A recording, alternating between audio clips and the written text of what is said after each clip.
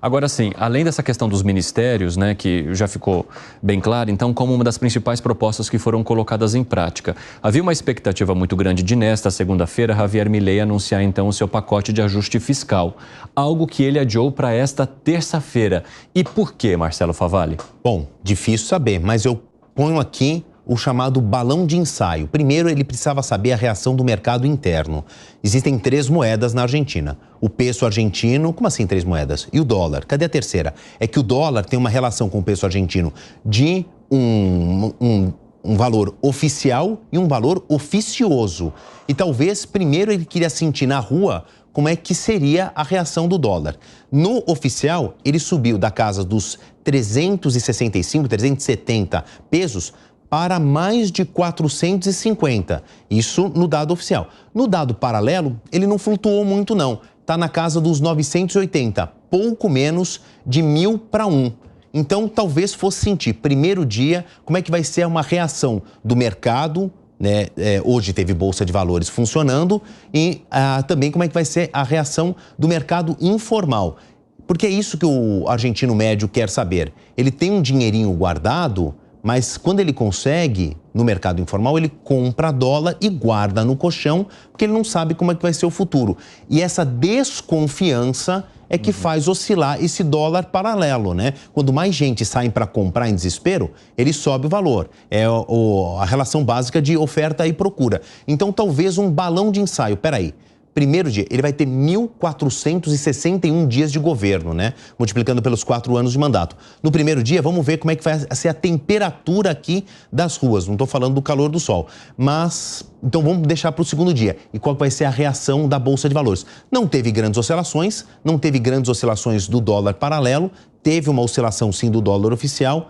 E agora, talvez, ele tenha mais uma temperatura da atmosfera, da recepção dessas promessas dele aí dos pacotes. Felipe Monteiro, você vê como um balão de ensaio, porque junto com esse adiamento veio também a impossibilidade das pessoas negociarem, comprarem dólar ali na Argentina, uma espécie de feriado cambial, né, em que as instituições não possam, então, oferecer sem uma autorização do Banco Central. O que isso pareceu para você?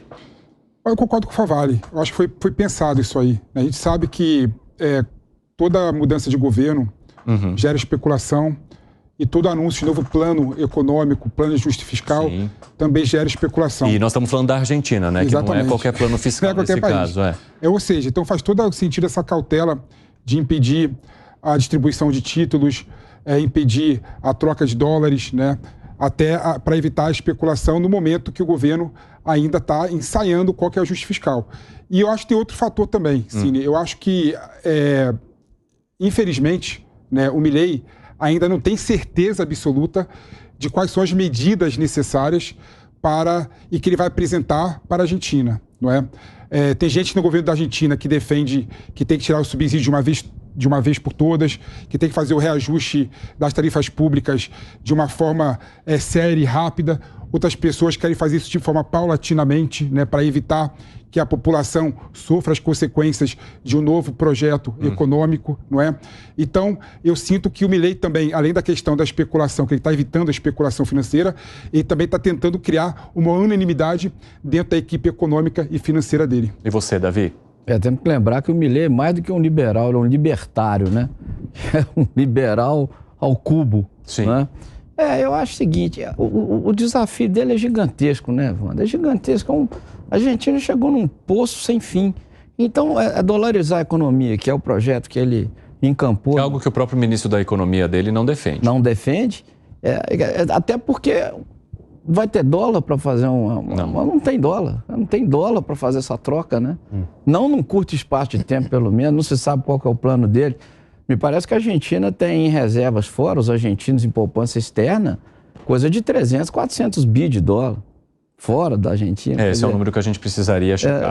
Acho que é mais ou menos isso, não é? É difícil saber, mas tem um cálculo, já ouvi 2 números. 250 bi até 265 bi, que é o chamado dólar colchão. Isso. Né? Desde alguém que conseguiu trocar ali uma moedinha e tem uma nota de $100 em alguma gaveta, até grandes empresários que têm cofres, né, com muitas quantidades de dólar, ou então reservas em países vizinhos. A exemplo do Uruguai. Se atravessou o Rio da Plata, né, você deixa num banco uruguaio os seus dólares. Então, se colocasse tudo isso, presumidamente, porque é difícil fazer esse cálculo, esse dinheiro não está oficialmente no sistema bancário da Argentina, algo em torno entre 250 e 265 bilhões de dólares, em estimativas mais conservadoras, mas as mais otimistas falam que passa de 300 bilhões. Eu penso que talvez... Felipe, desculpa só lhe interromper, só para completar. Eu penso que talvez um dos planos dele, não sei, a gente não sabe, essa é uma caixa preta que vai ser aberta amanhã. Serão apresentados. Mas talvez um dos planos dele seja uma repatriação desses recursos para a Argentina. De alguma forma, incentivar esse dinheiro a voltar como o Brasil fez aqui há alguns anos atrás, né? Isentando os tributos incidentes nesse dinheiro que volta. Talvez seja uma saída, porque tem reserva para trazer de volta para a Argentina. A Argentina tem muito dólar, né? Porque a Argentina não tem um mercado de dívida pública estruturado, né? O título de dívida pública da Argentina vale quase nada. Então, o argentino médio e rico, o que ele faz para economizar dinheiro? Compra dólar. Então, realmente tem muito dólar no chão, como o Favale bem disse. Fala, Wilson. Eu acho que ele está medindo, é isso que um pouco que o PP falou. Ele já recuou na história da dolarização do Banco Central, nitidamente. Disse que fecharia o Banco Central e agora, na verdade, foi até uma estratégia de reestruturação do Banco Central. Eles até deram uma resposta de que esse feriado cambial seria necessário justamente para que as novas equipes do Banco Central, pudessem assumir os seus postos e entender aquilo que vai ser feito nesse plano de ajuste econômico também. É um momento de alinhamento, um momento de alinhar, inclusive, a equipe, porque muitos acabam se conhecendo naquele momento. Mais que conheça pelos livros, que conheça por entrevista, eles nunca se falaram durante essa semana. E alguns estão com ideias diferentes dos outros. E ele precisa de pelo menos mais um dia para alinhar e apresentar esse plano, que é um 180, não sei se um 360, mas um 180 na economia da Argentina. E ele não pode perder a oportunidade, porque eu digo, a cada erro, ele perde força política e perde força junto à população. Então, ele tem que ser, no início, muito assertivo. E há um ponto aí, Evandro, que também é um cálculo social. Esse pacote, esse ajuste fiscal envolve, inclusive, a ruptura da questão do congelamento dos preços. Nós sabemos que vários produtos na Argentina têm preços congelados e a partir do momento que ele quebra esse congelamento, ele obviamente dá margem ao mercado para especular em relação a estes produtos, como é o caso da energia elétrica, por exemplo. Isso pode gerar uma certa convulsão social, especialmente nas classes mais pobres. E isso, para que um pacote econômico funcione, para que a viabilidade política dele permaneça, ele tem que ter o apoio da população como um todo. Começar no primeiro dia, ou no segundo dia, ou no começo, gerando uma convulsão social, isso pode ser problemático para ele. Então, há essa preocupação também. Fala. Tem um ponto importante, Cine, não sei se vale ter alguma informação sobre isso. Os piqueteiros lá na Argentina já convocaram uma manifestação daqui a 15 dias. Ou seja, o Milei vai ter a primeira grande manifestação contra o governo dele, né, 15 dias depois de assumir o cargo de presidente da Argentina.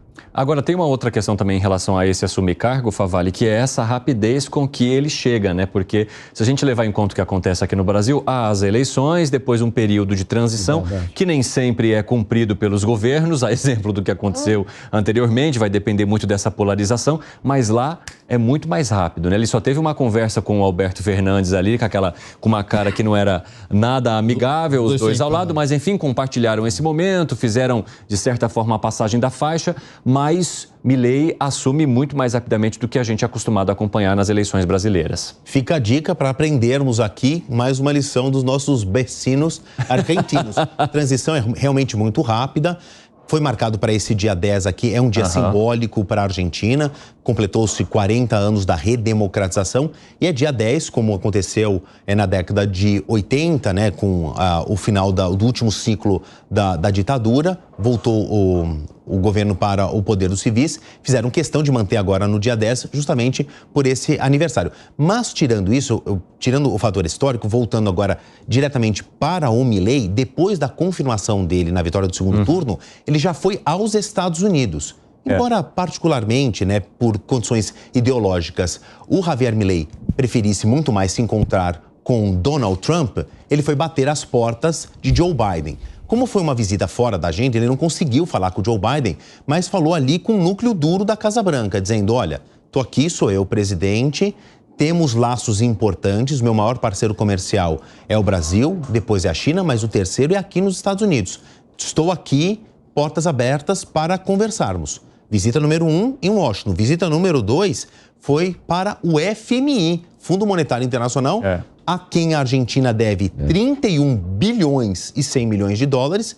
E agora, na virada do ano, no primeiro trimestre, já chega um boleto de 12 bilhões de dólares. Então ele já foi lá bater na porta dizendo, vamos negociar, temos a intenção de quitar essa parcela justamente para recebermos as próximas etapas de um empréstimo que foi adquirido lá pelo Maurício Macri e reforçado pelo Alberto Fernandes. Então, ele faz uma transição rápida para mostrar para instituições importantes que o governo dele já começa a agir. E quando ele toma posse, ele já imposta os ministros, não tem uma discussão de quem vai ser. A gente já tinha uma lista pronta. Né? Então, nisso, quando ele fala de eficiência e mudar a página e criar uma nova maneira de fazer política, vamos dar a presunção de inocência para o Javier Milei. Que ele começa fazendo isso, de fato ele começa.